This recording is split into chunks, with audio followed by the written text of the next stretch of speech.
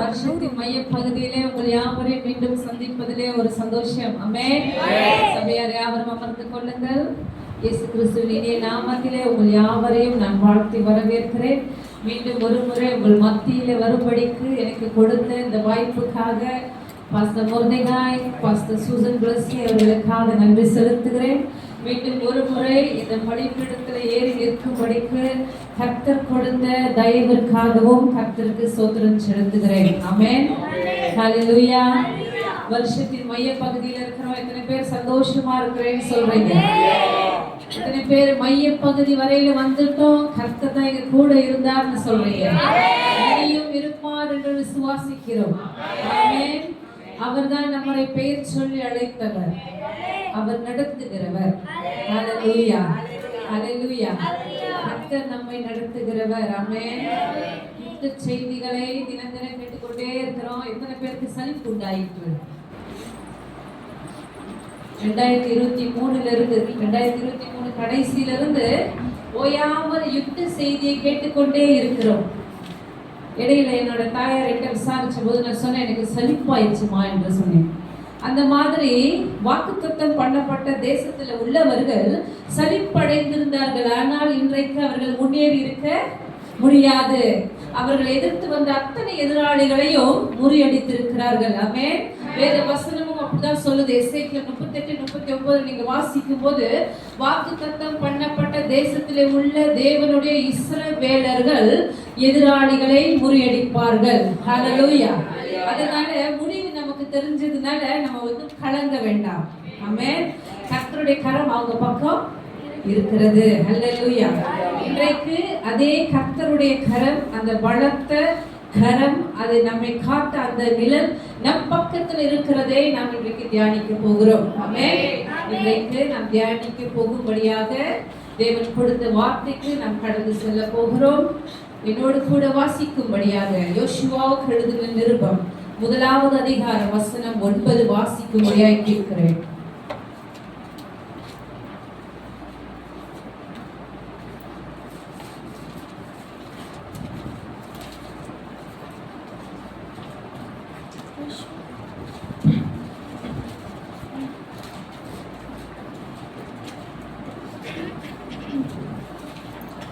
நான் உனக்கு கட்டளையிடவில்லையா? பலங்கொண்டு தினமனதாயிரு, திகையாதே, கலங்காதே. நீ போகும் இடமெல்லாம் உன் தேவனாகிய கர்த்தர் உன்னுடனே இருக்கிறார் என்றார். இந்த வசனத்திற்காக நம் கண்களை மூடி ஜெபம் பண்ண போகிறோம். ஹல்லேலூயா. எங்கள் அருமையான தேவனே, உம்மை நோக்கி நாங்கள் நன்றி செலுத்தி இந்த வார்த்தைக்காக நாங்கள் நன்றி செலுத்துகிறோம். ஆண்டவரே, இந்த வார்த்தை எங்களுடைய இருதயத்தின் பலகையில எழுதப்படும்படிக்காய் நாங்கள் ஜெபிக்கிறோம். கர்த்தர் கொடுத்த இந்த ஜீவனுள்ள வார்த்தை எங்கள் ஆவியிலே பலன் கொண்டதாய் எழும்புவதாக. ஆண்டவரே, இந்த வார்த்தையை பற்றி கொண்டிருக்கிற நாங்கள் இதோ இஸ்ரவேலர்கள். நாங்கள் எழுத்தின்படி இஸ்ரவேலர்கள் அல்ல, ஆவியிலே நாங்கள் இஸ்ரவேலர்கள். இந்த வார்த்தை எங்களுக்காக கொடுக்கப்பட்டது என்று முழு மனதோடு விசுவாசிக்கிறோம். இந்த வார்த்தையில் இருக்கிற வெற்றிகளை நாங்கள் பெற்றுக் கொள்ளுகிறோம். கர்த்தர் மறைத்து வைத்திருக்கிற எல்லா எழுப்புதலின் காரியங்களையும் இந்த வார்த்தையிலிருந்து நாங்கள் பெற்றுக் கொள்ளுகிறோம். நன்றி செலுத்துகிறோம் ஆண்டவரே, நன்றி செலுத்துகிறோம். தேவனுடைய வாயிலிருந்து புறப்பட்டு வந்திருக்கிறது என்று விசுவாசிக்கிறோம். இயேசு கிறிஸ்து நாமத்திலே ஜெபிக்கிறேன் நல்ல பிதாவே. ஆமென், ஆமென். சபையார் அமர்ந்து கொள்ளுங்கள். எனக்காக மீண்டும் ஒரு முறை இந்த வசனத்தை வாசியுங்கள். நான் உனக்கு கட்டளையிடவில்லையா? பலங்கொண்டு தினமனதாயிரு, திகையாதே, கலங்காதே. நீ போகும் இடமெல்லாம் உன் தேவனாகிய கர்த்தர் உன்னுடனே இருக்கிறார் என்றார். ஆமென், ஆமென். இந்த வார்த்தை யாருக்கு உண்டான வார்த்தை?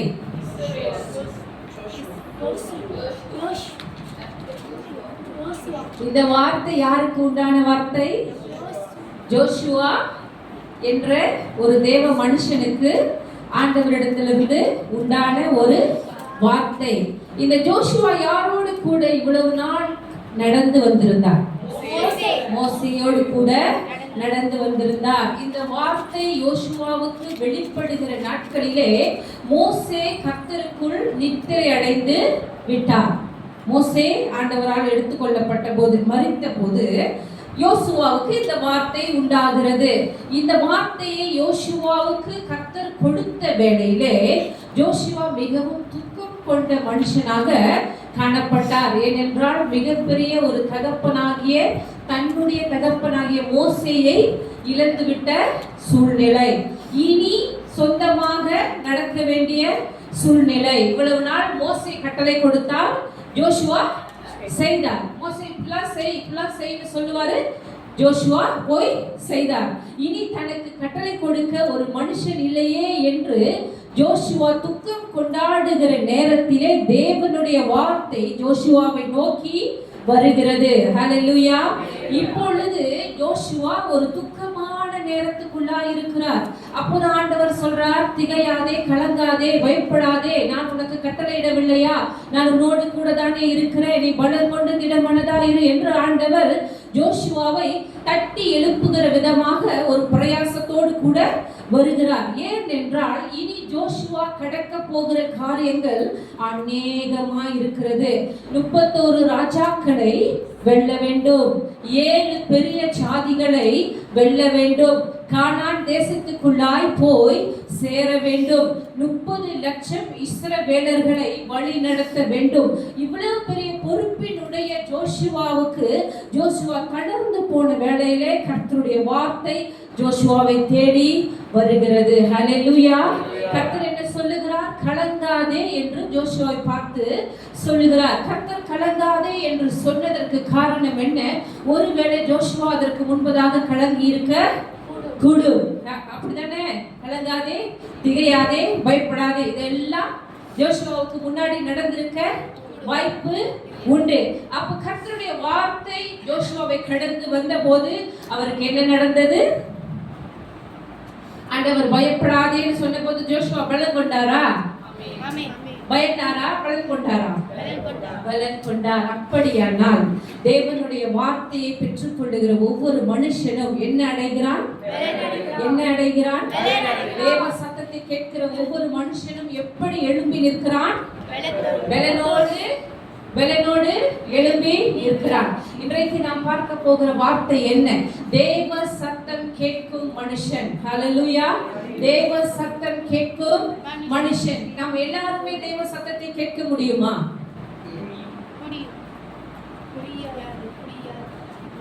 சிலர் முடியுன்றீங்க, சிலர் முடியாதுன்றீங்க. எனக்கு ரொம்ப ஆசை, தனிப்பட்ட விதத்துல உங்களை பார்த்து முடியும்னா ஏன், முடியாதுன்னா ஏன்னு கேட்க ரொம்ப ஆசை.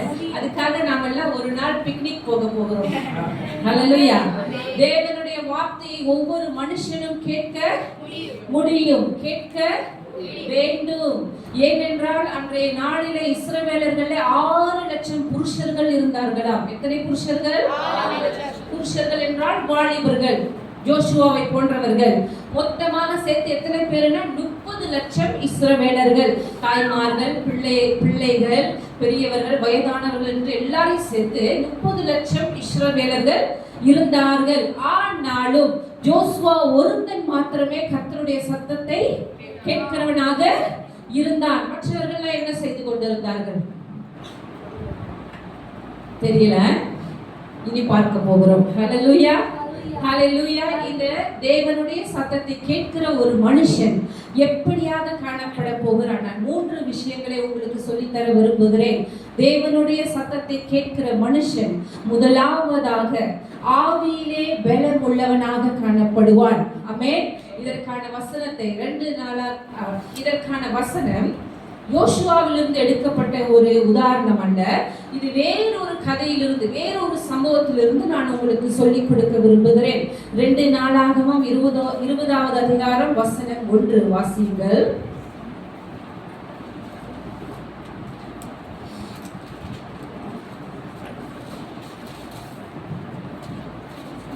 இதற்கு பின்பு மோவாப் புத்திரரும் அம்மோன் புத்திரரும் அவர்களோடு அம்மோனியருக்கு அப்புறத்தில் உள்ள மனுஷரோடு கூட யோசிப்பாத்திற்கு விரோதமாய் யுத்தம் பண்ண வந்தார்கள். இதற்கு பின்பு மோவாப் புத்திரரும் அம்மோன் புத்திரரும் அவர்களோடே அம்மோனியருக்கு அப்புறத்தில் உள்ள மனுஷரோடும் கூட யோசபாத்துக்கு விரோதமாய் யுத்தம் பண்ண வந்தார்கள். யோசபாத் யார்?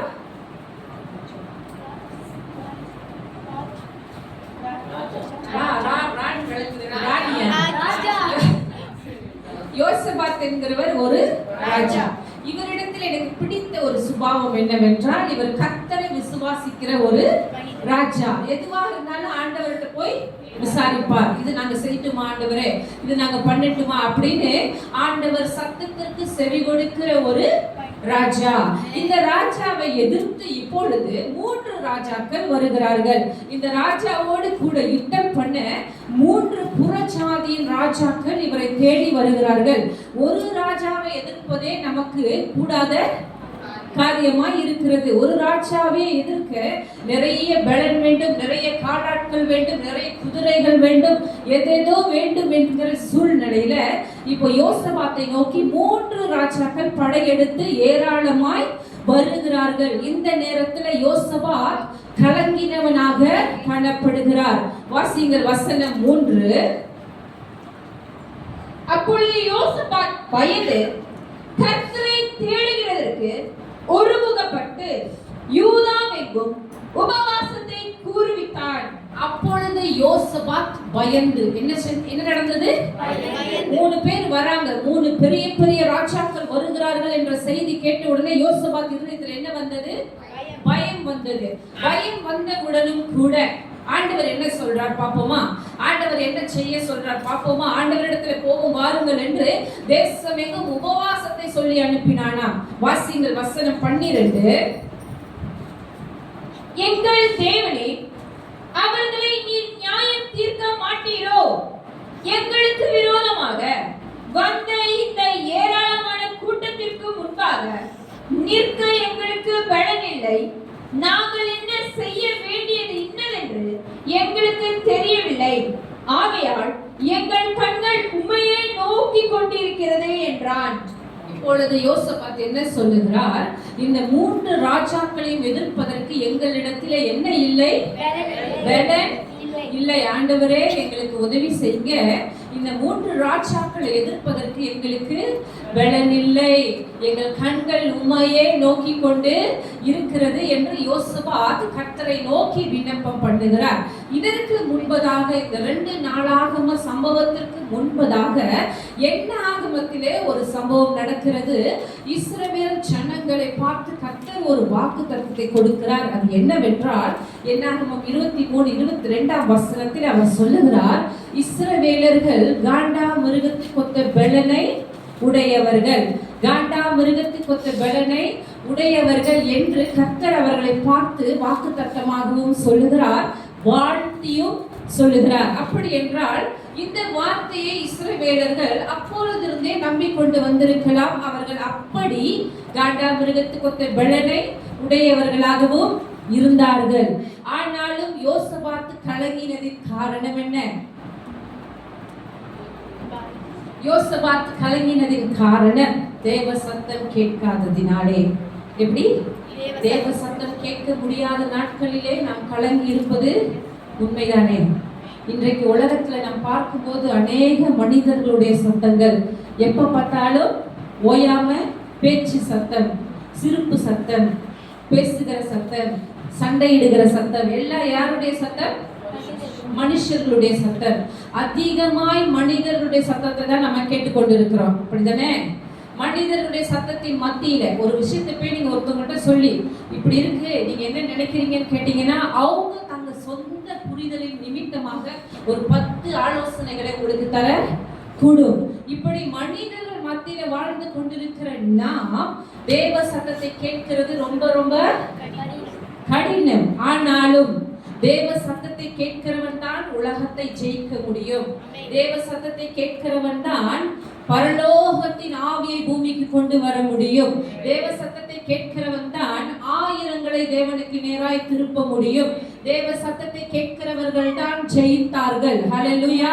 தேவ சத்தத்தை கேட்டவர்கள் எதிராளிகளை வென்றார்கள். சாத்தான் முன்பிருந்து வரும்போதே அவன் வருகிற திட்டத்தை அறிந்து கொண்டவர்கள் தேவ சத்தத்தை கேட்கிற மனிதர்கள். இவர்கள் மூலியமாகத்தான் தேவன் காலம் காலமாக பூமியை அசைத்துக் கொண்டு வருகிறார். நம்முடைய முற்பிதாக்களை நீங்கள் பார்க்கும்போது ஒவ்வொருவரும் தேவ சத்தத்தை கேட்கிறவர்களாகவே காணப்பட்டார்கள். கேட்டு ஆக வேண்டும், இல்லைன்னா ஆண்டவருடைய ஊழியத்தை செய்ய முடியாது. பிசாசின் தந்திரங்களில் இருந்து நாம் தப்பிக்கொள்ள முடியாது. அதனால தேவ சத்தத்தை கேட்கிறது ஒவ்வொருவருடைய பொறுப்பாய் இருக்கிறது. ஏனென்றால் கலங்கி போன ஒரு ஆவியை உடைய ஒரு மனுஷனுடைய ஆவியை பலப்படுத்தக்கூடியது தேவ சத்தம். ஒவ்வொரு சனிக்கிழமை நாம் ஆலயத்துக்கு வருகிறோம், பிரசங்கங்களை கேட்கிறோம். எனக்காக ஆண்டவர் வைத்த வார்த்தை என்ன என்று யோசித்து எத்தனை பேருக்கு வந்திருப்போம்?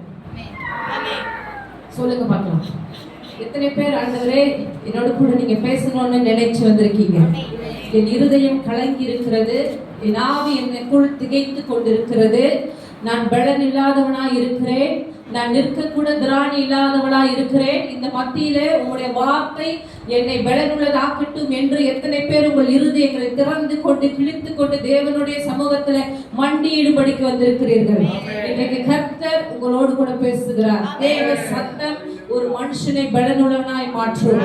அவனுடைய ஆவியை காலூன்றி நிற்கும்படி செய்கிறது தேவனுடைய சத்தம். ஹல்லேலூயா. இப்படி கலங்கி கொண்டிருக்கிற யோசபாத்தின் நேரத்திலே கர்த்தருடைய ஆவி அங்கே வெளிப்படுகிறது. ஆமென். வாசியுங்கள் வசனம் 14. அப்பொழுது சபையின் நடுவில் இருக்கிற மத்தனியாவின் குமாரனாகிய ஏலியாவின் மகனான பெனாயாவுக்கு பிறந்த சகரியாவின் புத்திரன் யாகாசியேல் எனும் ஆசாப்பின் புத்திரரில் ஒருவனான லேவியின் மேல் கர்த்தருடைய ஆவி இறங்கினதினால் அவன் சொன்னது. ஹல்லேலூயா. இந்த சம்பவத்துல பாத்தீங்கன்னா இந்த யோசபாத்து கலங்கி நடுங்கி ஆண்டவர் சமூகத்துல வந்து நின்று, ஆண்டவரே பயந்திருக்கிறேன், ஆண்டவரே பலன் இல்லாமல் இருக்கிறேன், எங்களை எதிர்த்து வருகிறார்கள் என்று கர்த்தரிடத்துல விண்ணப்பம் செய்த போது அங்கே கூடியிருந்த ஒரு மனுஷன் யகாசியேல், அவன் மீது தேவனுடைய ஆவியானவர் இறங்கினார். இந்த சூழ்நிலையில சபையார் நாம் புரிந்து கொள்ள வேண்டிய ஒரு உண்மையான விஷயம், நாம் திகைக்கும் போதும் கலங்கும் போதும் தடுமாறும் போதும் கர்த்தர் நம்மை தேடிகள் வருகிறவராய் இருக்கிறார். ஹல்லேலூயா. நாம் திகைக்கும் போதும் கலங்கும் போதும் தடுமாறும் போதும் உங்கள் உள்ளான மனுஷனுக்குள்ளாய் போய் பாருங்கள், ஆண்டவர் அங்கே உங்களுக்காக காத்து கொண்டிருக்கிறார். ஹல்லேலூயா. எப்படி பேதுரு பயந்து, போன முறை ஒரு இடத்துல நான் சொல்லி கொடுத்திருந்தேன், பேதுரு பயந்து மீன் பிடிக்க போயிருந்த போது கரையிலே அவனுக்காக காத்து கொண்டிருந்தார். ஹல்லேலூயா. எப்படியும் திகைக்கிற நேரத்துல ஏதோ ஒரு நுகத்தடியை நீங்கள் சுமக்கிறீர்கள், அது உங்களுக்கே தெரிகிறது அது ஒரு பாரம் என்று கர்த்தர் உங்களை தேடி வருவார். ஹல்லேலூயா. உங்கள் வியாதியை கண்டு நீங்கள் பல நாள் நினைத்திருக்கலாம், இதற்கு ஒரு முடிவு உண்டாகுமா, இதற்கு ஒரு தீர்வு உண்டாகுமா, என் ஆண்டவர் என்னை கண்ணோக்கி பார்ப்பாரா என்று நான் உங்களுக்கு சொல்லுகிறேன். உங்களுடைய ஆவி கலங்கும் போது, நீங்கள் உங்களுடைய திராணியற்று நிற்கும் போது தேவனுடைய ஆவியானவர் உங்களை தேடி வருவார். ஹல்லேலூயா. அப்படித்தான் ஒரு தேசமே கலங்கி இங்கே நிற்கும் போது கர்த்தருடைய ஆவியானவர் வந்து இறங்கினார். ஹல்லேலூயா.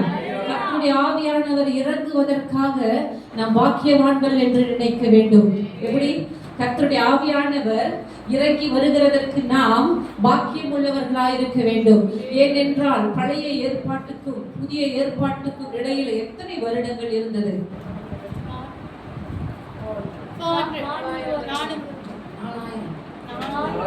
400 வருடங்கள். இந்த வருடங்களை என்னவென்று சொல்லுவார்கள்?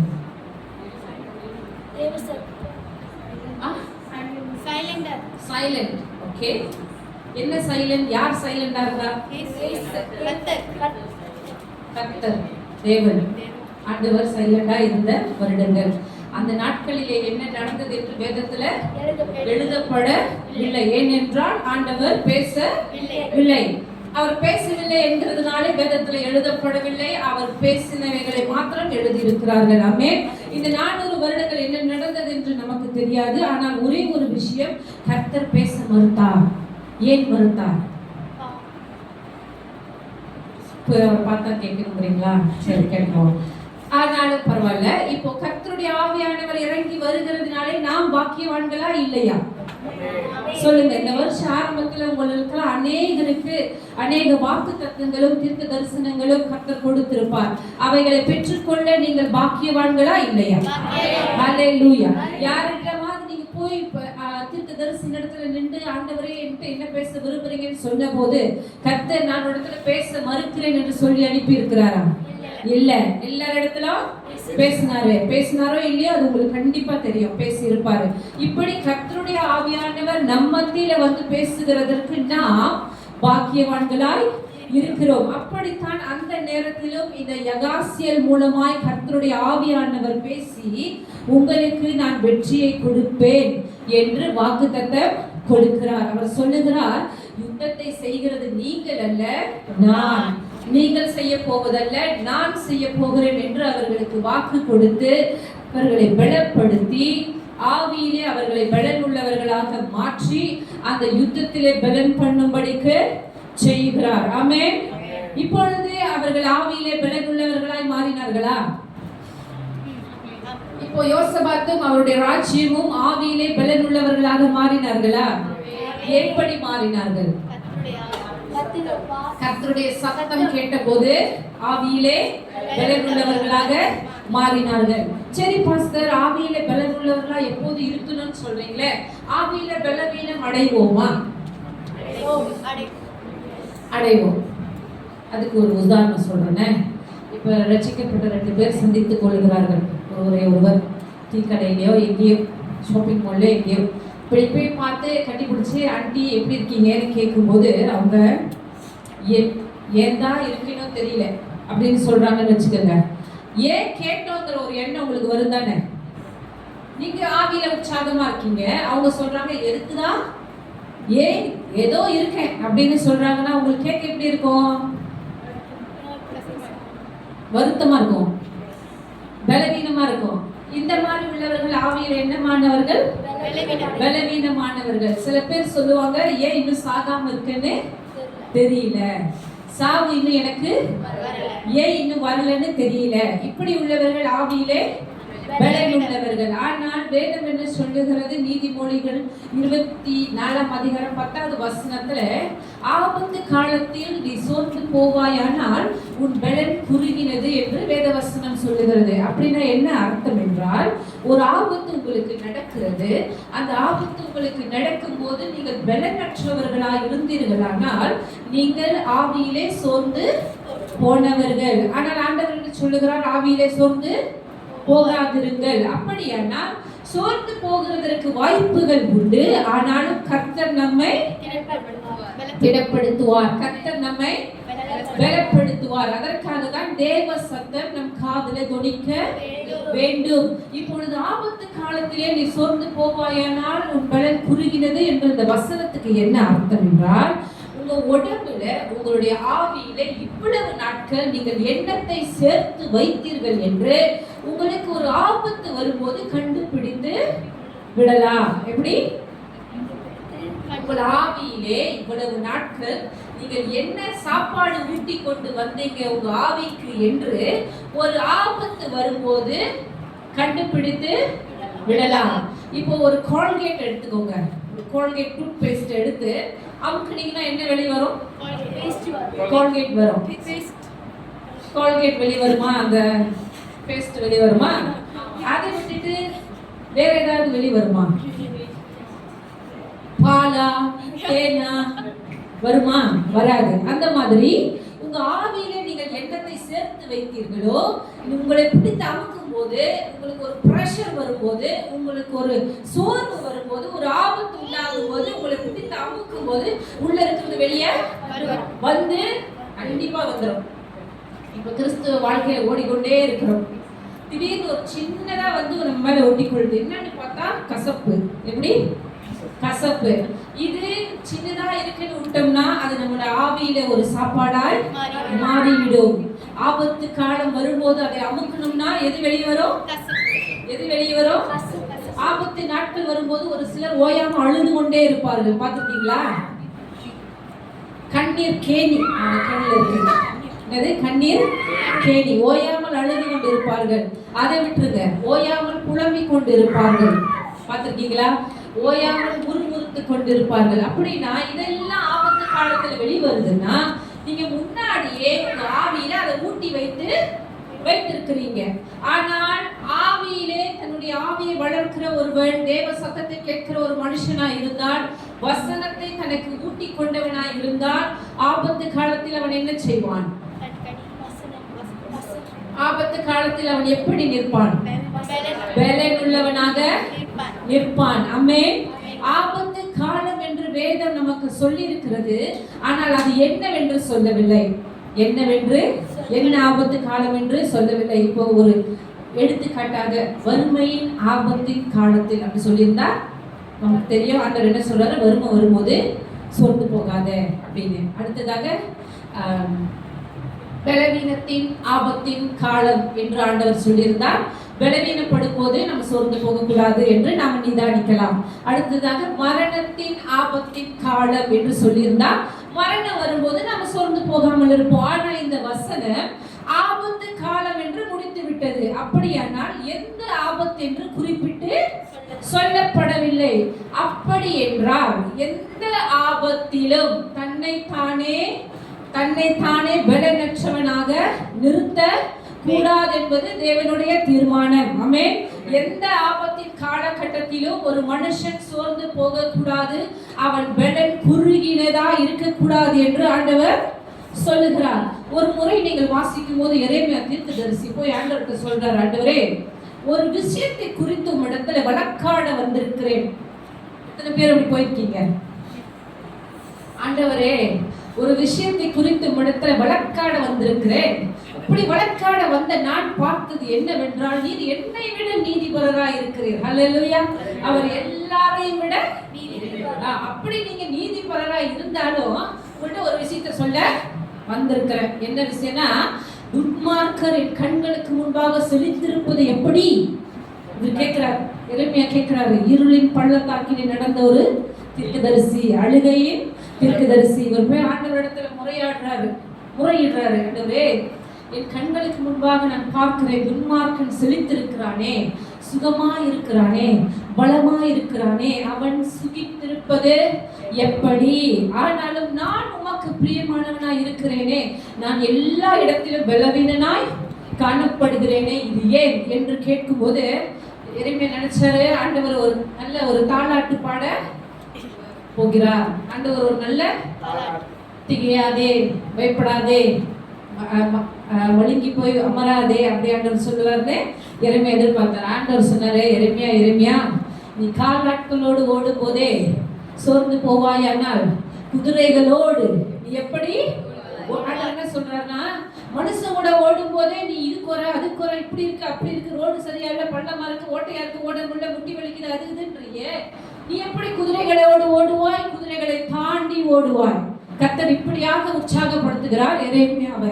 சமாதானமான ஊரிலே நீ தங்க வேண்டும் என்று நினைத்தால் யோர்தான் பிரவாகித்து வரும்போது நீ என்ன செய்வாய் எரேமியா என்று ஆண்டவர் எரேமியாவை ஆபத்து காலத்திற்காக தயார்படுத்துகிறார். இப்படித்தான் இன்றைக்கும் நம்மையும் கூட அநேக இடங்களிலே ஆண்டவர் நாம் சோர்ந்து போகும்போது தேவ வசனத்தை கொடுத்து நம்மை தாங்குகிறவராய், அபியாசப்படுத்தி நம்மை தயார்படுத்துகிறவராய் இருக்கிறார். ஹல்லேலூயா.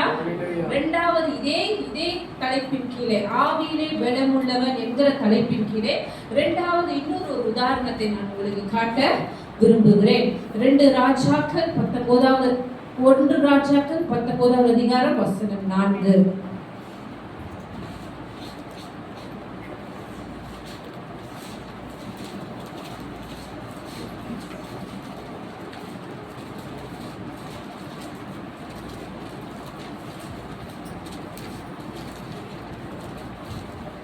அவன் வனாந்திரத்தில் ஒரு நாள் பிரயாணம் போய் ஒரு சூரச் செடியின் கீழ் உட்கார்ந்து தான் சாக வேண்டும் என்று கோரி, போதும் கர்த்தாவே, என் ஆத்துமாவை எடுத்துக்கொள்ளும், நான் என் பிதாக்களை பார்க்கிலும் நல்லவன் அல்ல என்று சொல்லி.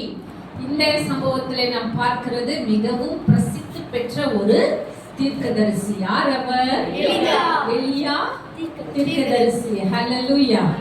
எலியாவுக்கு யார் ஆவியின் தகப்பன் என்று வேதத்துல எழுதப்படவில்லை.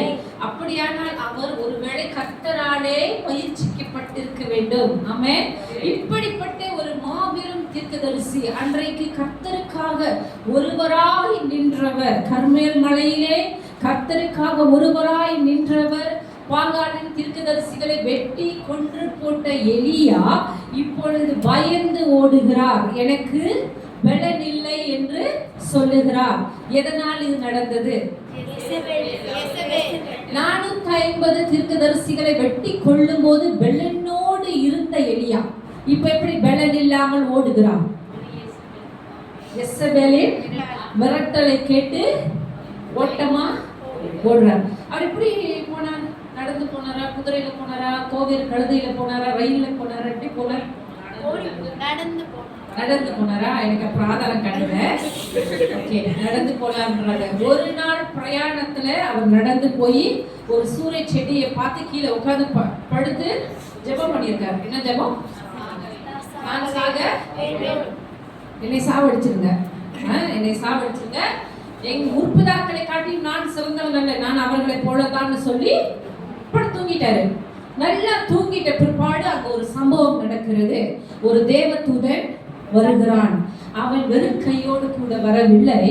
சோர்ந்து போன எலியாவை சாப்பாடு கொடுத்து பெலனாக்கும்படிக்கு தண்ணி எடுத்துட்டு வந்திருக்கான், அடை எடுத்துட்டு வந்திருக்கான். இப்போ கொண்டு வந்து வச்சுட்டு எலியாவை தட்டி எழுப்புகிறான்.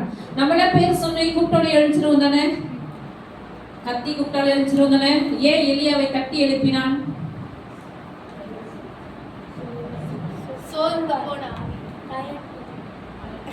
அவ்வளவு ஒரு தூக்கம்,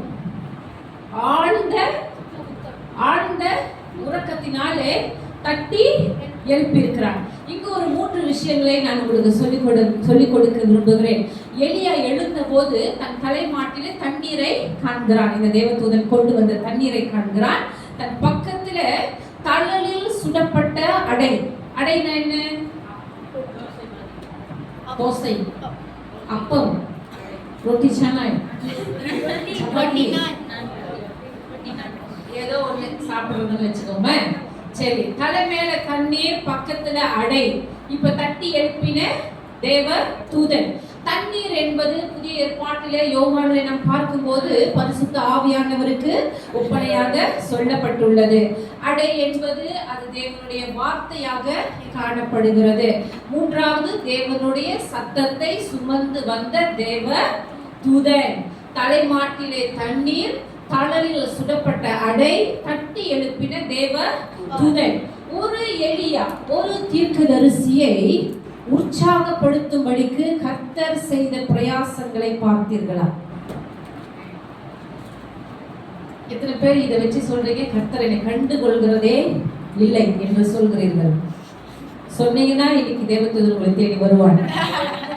பாருங்க, ஒரே ஒரு எலியா, ஒரே ஒரு தீர்க்கதரிசி சோர்ந்து போயிருக்கிறான் என்று ஆண்டவருக்கு காணப்பட்டது. அவனை தட்டி எழுப்ப வேண்டும் என்கிற பிரயாசத்தில், அவனை மீண்டும் பலனுள்ளவனாய் ஆக்க வேண்டும் என்கிற பிரயாசத்தில், அவன் ஆவியிலே பலனுள்ளவனாக வேண்டும் என்கிற எண்ணத்தில் கர்த்தர் செய்த பிரயாசங்கள் எவ்வளவு பிரமிக்கத்தக்கவைகள். ஹல்லேலூயா, ஹல்லேலூயா. இதுக்கு மேலதான் எலியாவுக்கு பெரிய அப்பாயின்மெண்டே இருக்கு, பெரிய அசைன்மெண்டே இருக்கு. எலியா இன்னும் 40 நாளுக்கு என்ன செய்ய வேண்டும்? பிரயாணம் பண்ண வேண்டும். போய் என்ன செய்ய வேண்டும்? யெகூ என்கிற ஒரு ராஜாவை 7 மடங்கு அபிஷேகத்துக்குள்ளாய் அபிஷேகம் பண்ணப்பட வேண்டும். ஏன் என்றால் இந்த யெசபேலை கொல்லுகிற அபிஷேகம் 7 மடங்கின் அபிஷேகம், அது யெகூவினால் தான் முடியும். அதை அபிஷேகம் பண்ணப்படுவதற்கு ஒரு தீர்க்கதரிசி அனுப்ப எலியாவால் தான் முடியும். அநேக அசைன்மென்ட் இதற்கு பிற்பாடுதான் இருக்கிறது என்று கர்த்தர் கண்டு கொண்டதினாலே எலியாவை பலப்படுத்தும்படிக்கு அன்றைக்கு தேவ சத்தம் தேவ தூதன் மூலமாய் வந்தது. ஆமென். எழுந்திரு எலியா, நீ செய்ய வேண்டிய பிரயாணம் வெகு தூரம் என்று இந்த தேவ தூதன் அந்த எலியாவை பலப்படுத்தினான். அதற்கு பிற்பாடு நடந்தவைகள் எல்லாம் நீங்கள் அறிந்தவைகள். இதிலிருந்து நான் சொல்ல விரும்புகிறது என்ன? தேவ சத்தம் கேட்கிற மனுஷன் ஆவியிலே பலனுள்ளவனாய் மாறுகிறான்.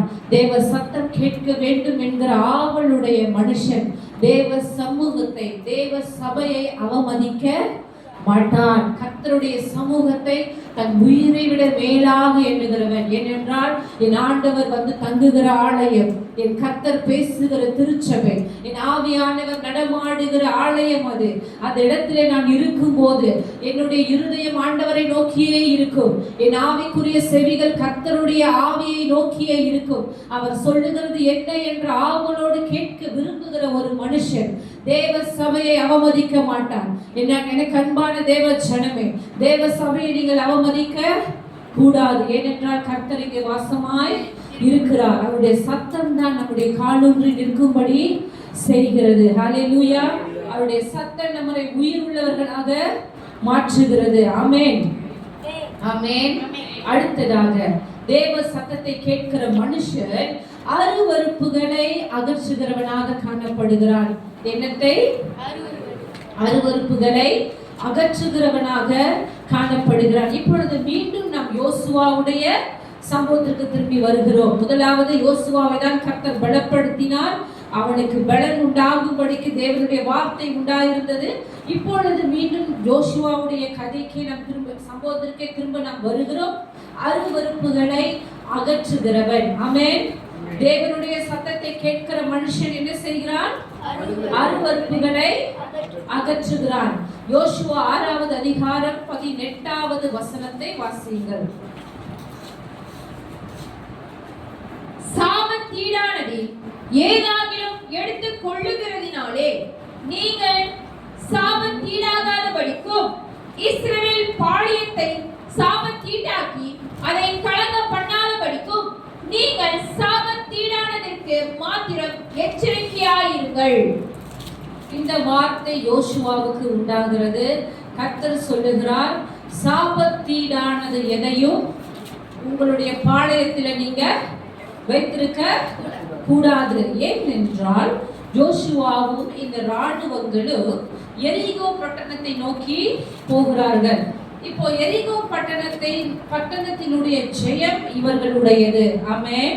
இந்த எரிகோ பட்டணத்துக்குள்ளாய் நீங்கள் போகும்போது அந்த பட்டணத்துக்குள் இருக்கிற எந்த பொருளையும் எதையுமே கொண்டு வர கூடாது, எதையுமே எடுக்க கூடாது என்று ஆண்டவர் ஒரு கட்டளையை சொல்லி அனுப்புகிறார். சாபத்தீடானது, அந்த எரிகோ பட்டணத்தில் இருக்கிற ஒவ்வொரு காரியமும் சாபத்தீடானது, இதற்கு நீங்கள் மிகவும் கவனமா இருங்கள் என்று ஆண்டவர் சொல்லி அனுப்புகிறார். சரியா? இப்பொழுது எரிகோ பட்டணத்தில் போய் யாருக்கு ஜெயம் சொந்தமானது? ஜோஷுவாவுக்கும் ராணுவர்களுக்கும். அந்த எரிகோ பட்டணத்தை வென்றார்களா? வென்றார்கள். ஹல்லேலூயா. இப்போ அடுத்ததாக ஆயி என்கிற பட்டணத்திற்கு அடுத்ததாக போகிறார்கள். இப்பொழுது ஒவ்வொரு பட்டணத்தையும் போய் அங்க இருக்கிற ஜனங்களை சண்டையிடுவதற்கு முன்பதாக யோசுவா வேவு பார்க்கிறவர்களை முதலாவதாக அனுப்புவார். நீங்க போய் பாருங்க, எப்படி இருக்குன்னு பாருங்க, எவ்வளவு ஜனங்கள் இருக்கிறார்கள், அவர்கள் பலசாலிகளா இல்லையா, அந்த நிலம் எப்படிப்பட்டது, அந்த ஊர் ஜனங்கள் என்ன குணமுடையவர்கள், எந்த கோத்திரத்தில் உள்ளவர்கள் என்றெல்லாம் கண்டறியும்படிக்கு இவர் ஸ்பைஸ் அனுப்புவார், வேவு பார்க்கிறவர்களை அனுப்புவார்.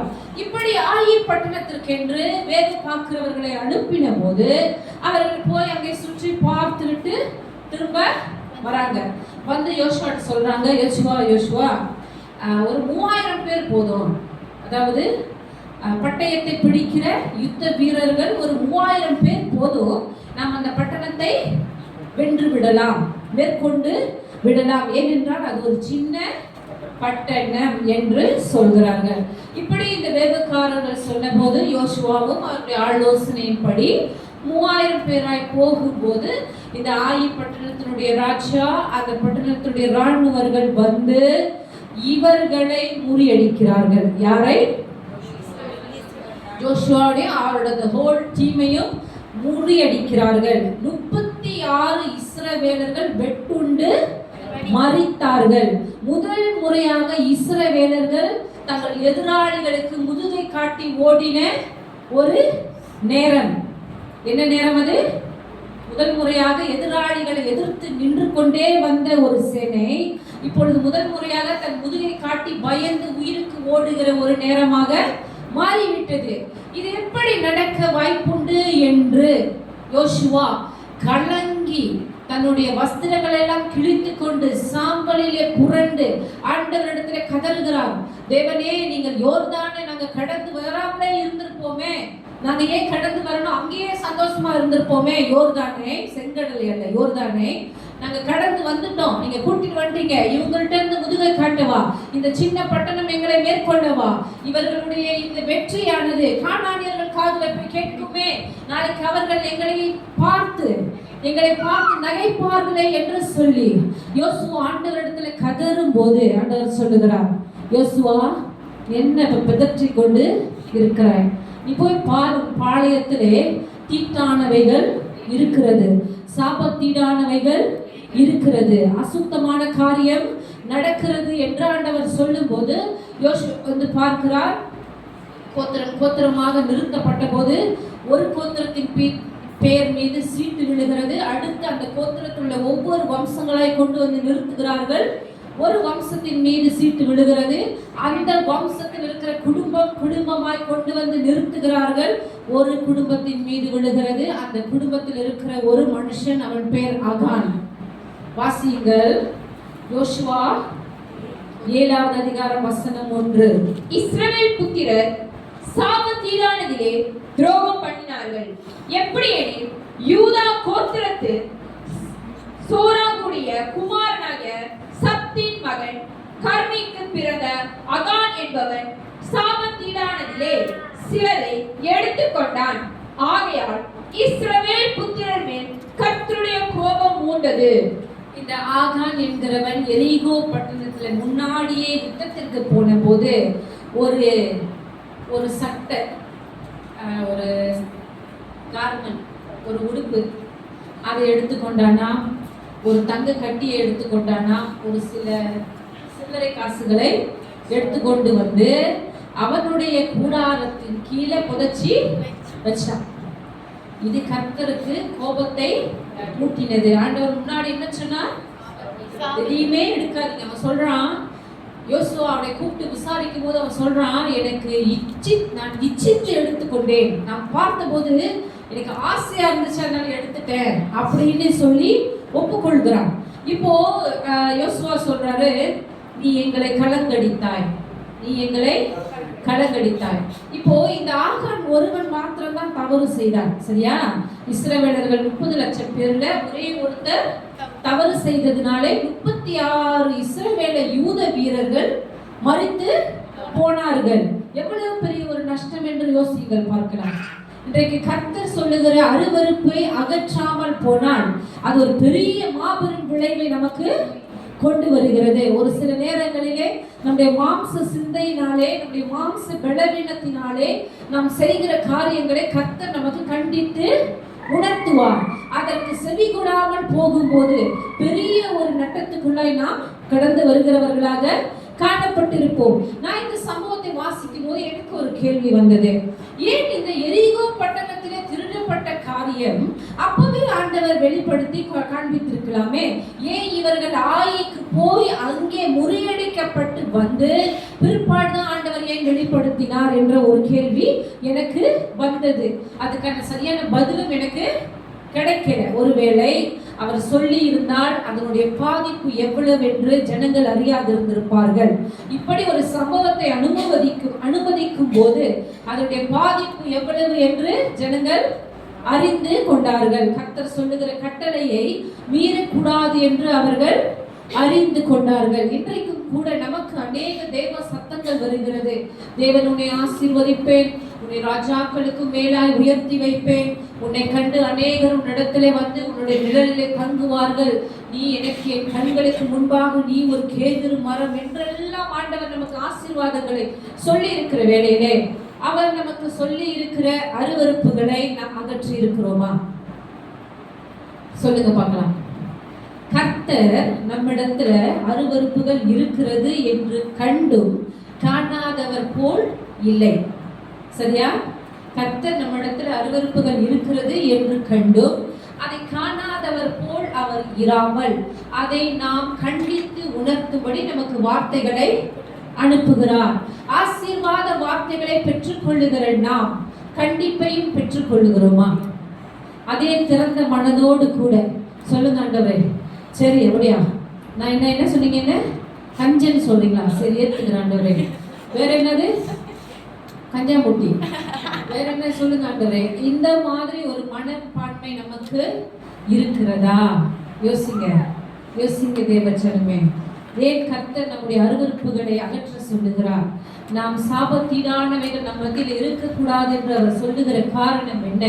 அசுத்தத்தோடு கூட பரிசுத்தமான தேவனை தரிசிக்க முடியாது. அசுத்தம் நம்முடைய வஸ்திரத்திலே ஒட்டி இருக்கும் போது நாம் சியோனுக்குள் போகிறோம் என்று நினைக்க முடியுமா? முடியாது.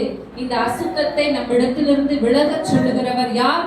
நம்முடைய கர்த்தர். ஹல்லேலூயா. இந்த மண்பாண்டமானது மிகவும் கடினமானதா இருக்கிறது. அது என்னவென்றால் நம்முடைய மாம்சத்தின் கிரியைகள். அடிக்கடி வருகிற கோபம், நிதானமின்மை, பொறுமை இல்லை, கவலையோடு இருக்கிற ஒரு வாழ்க்கை. முகத்தை பார்த்தீங்கன்னா சிரிப்பே இருக்காது முகத்துல. ஏன்னா உள்ள பூரா மாம்ச சிந்தைகளை குறித்து எங்க எழுதி இருக்கிறது தேவஜனமே? புதிய ஏற்பாடுல எங்க எழுதி இருக்கிறது?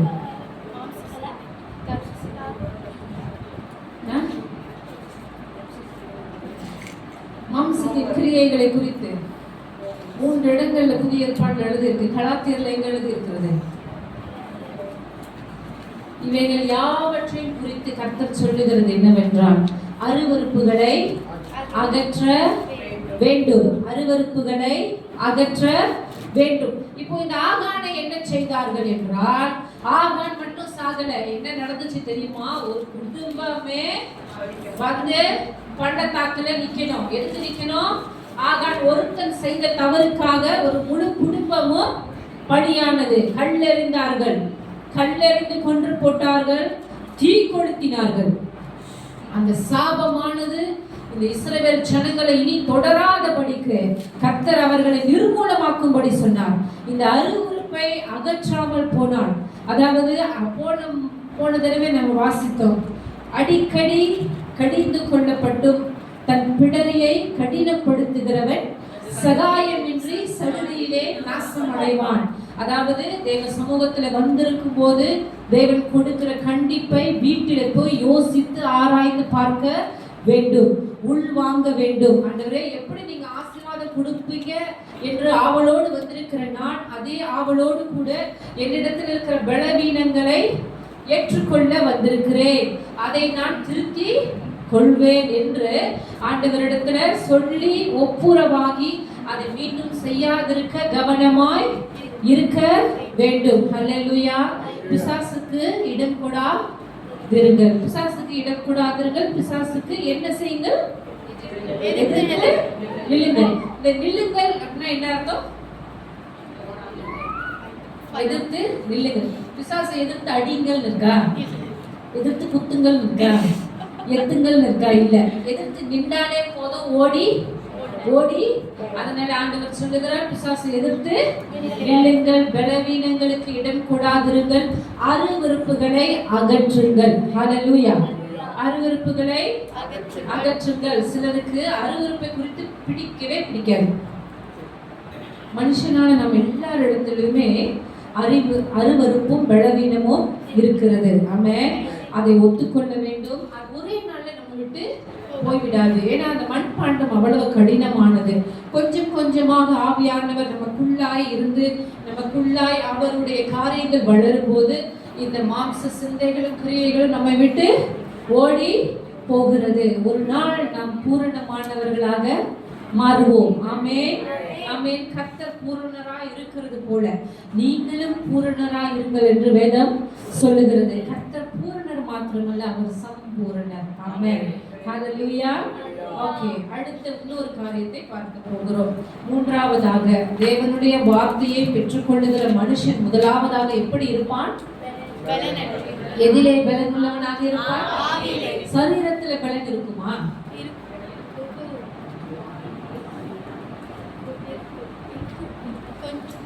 எல்லாரும் அப்படி யோசிக்கிறது பார்த்தா எனக்கு அவ்வளவு சந்தோஷமா இருக்கு. சரீரத்துல ஆவி சாரி, சரீரத்துல பலன்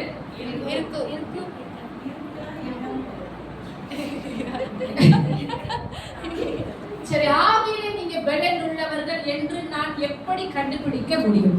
இப்ப பாச முருதைகாய் வச்சுக்கோங்க, அவர் ஆவியில் 100% பலன் உள்ளவராய் இருக்கிறார். நான் எப்படி அவரை பார்த்து அறிந்து கொள்வது? சுற்று நாட்களில் சந்தோஷமாய் பாட்டு பாடுவேன். சரி, இது உங்களுக்கு ஒரு கேள்விய அடுத்த முறை வரும்போது நான் ஞாபகப்படுத்தி கேட்பேன். நான் சொல்ல மாட்டேன், நீங்களே கண்டுபிடிச்சு வாங்க. ஓகே, இப்போ அடுத்த காரியத்திற்கு இரண்டாவது என்னது? முதலாவது ஆவியிலே பலன் உள்ளவர், இரண்டாவது விளங்கல அகற்றுகிறவர். யார் அருவருப்புகளை அன்றைக்கு அகற்றினது? ஆமென். மூன்றாவதாக அஞ்சாமல் செயல்படுவான்.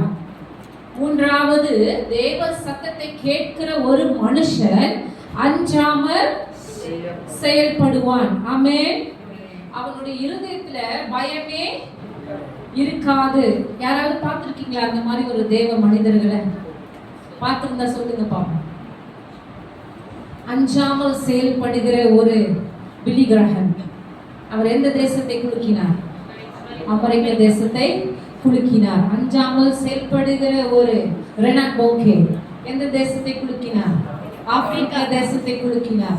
அஞ்சாமல் செயல்பட்ட ஒரு பால் யங்கிச்சோ எந்த தேசத்தை குலுக்கினார்? கொரியா தேசத்தை குலுக்கினார். இன்றைக்கு அஞ்சாமல் செயல்படுகிற பின்ன திருச்சபையா எந்த தேசத்தை குலுக்க போகிறார்கள்?